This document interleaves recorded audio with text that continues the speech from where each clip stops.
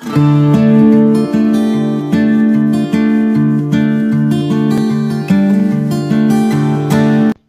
Friends, ഇന്ന് ഞാൻ വന്നിട്ടുള്ളത് ഒരു ഡ്രിങ്കുമായിട്ട് തന്നെയാണ്. നമുക്ക് ഇഫ്താറിന് കുടിക്കാൻ പറ്റിയ, അല്ലെങ്കിൽ ഇപ്പോൾ നല്ല ചൂടല്ലേ, ഈ ഒരു ചൂടിനൊക്കെ കുടിക്കാൻ പറ്റിയ നല്ലൊരു റീഫ്രഷിങ് ഡ്രിങ്ക്. നമ്മളിത് പൈനാപ്പിൾ വെച്ചിട്ടാണ് കേട്ടോ ചെയ്യണത്. അപ്പോൾ നമുക്ക് അതെങ്ങനെയാണെന്ന് നോക്കാം. ഞാനിവിടെ ഒരു മിക്സിയുടെ ജാർ എടുത്തിട്ടുണ്ട്. ഇനി അതിലേക്ക് ഒരു പൈനാപ്പിളിൻ്റെ പകുതി ചെറിയ കഷ്ണങ്ങളായി മുറിച്ചെടുത്തതാണ്. അപ്പോൾ 4 ഗ്ലാസ് ജ്യൂസിനുള്ളതാണ് കേട്ടോ ഞാനിവിടെ പറയണത്. അപ്പോൾ അതിന് വേണ്ടിയിട്ടാണ് ഒരു പൈനാപ്പിളിൻ്റെ പകുതി എടുത്തത്. ഇനി ഇതിലേക്ക് നമുക്ക് ഇഞ്ചി വേണം. അപ്പോൾ ഇഞ്ചി ഞാനിപ്പോൾ ഇവിടെ ഒരു ഇത്തിരി വലിയ പീസാണ് എടുത്തിട്ടുള്ളത്. നമ്മുടെ നാടൻ ഇഞ്ചി ആണെങ്കിൽ ഇതിൻ്റെ ഒരു 1/4 ഭാഗം മതിയാവും കേട്ടോ. കാരണം ഈ ഒരു ഇഞ്ചിക്ക് അധികം മണോ രുചിയൊന്നും ഇല്ലാത്തതുകൊണ്ട് ഞാൻ ഇത്തിരി വലുപ്പത്തിൽ എടുത്തിട്ടുണ്ട്. അതൊന്ന് ചെറുതായി കട്ട് ചെയ്തതിന് ശേഷം നമുക്കിതിലേക്ക് ഇട്ട് കൊടുക്കാം. പിന്നെ വേണ്ടത് നാരങ്ങയാണ്.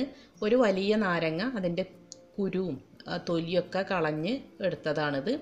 അത് നമുക്ക് ഈ ഒരു ജാറിലേക്ക് ഇട്ട് കൊടുക്കാം. ഇനി വേണ്ടത് പുതിനയിലയാണ്.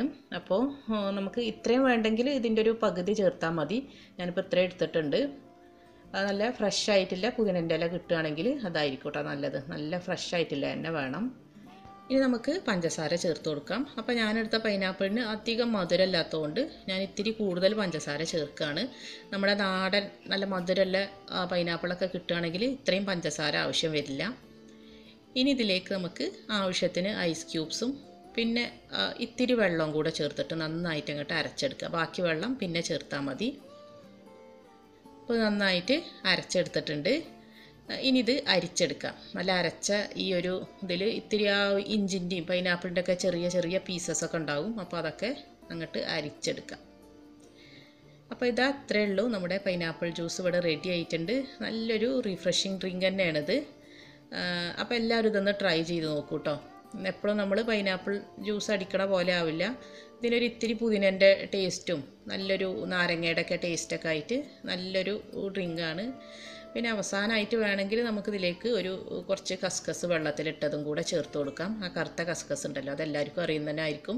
അപ്പോൾ അതും കൂടെ ചേർത്ത് കൊടുത്താൽ നല്ലതാണ് ഈ ഒരു ജ്യൂസിന്. അപ്പോൾ നിങ്ങൾ എല്ലാവരും ഇതൊന്ന് ട്രൈ ചെയ്ത് നോക്കിയിട്ട് നിങ്ങളുടെ ഫീഡ്ബാക്ക്സ് കമൻറ്റിലൂടെ അറിയിക്കുക. അപ്പോൾ ഇനി നമുക്ക് വീണ്ടും പുതിയ റെസിപ്പീസുമായി കാണാം. നല്ല സ്നാക്സോ അല്ലെങ്കിൽ നല്ല ഡ്രിങ്ക്സോ ഒക്കെ ആയിട്ട് വീണ്ടും കാണുന്നത് വരെ താങ്ക് യു.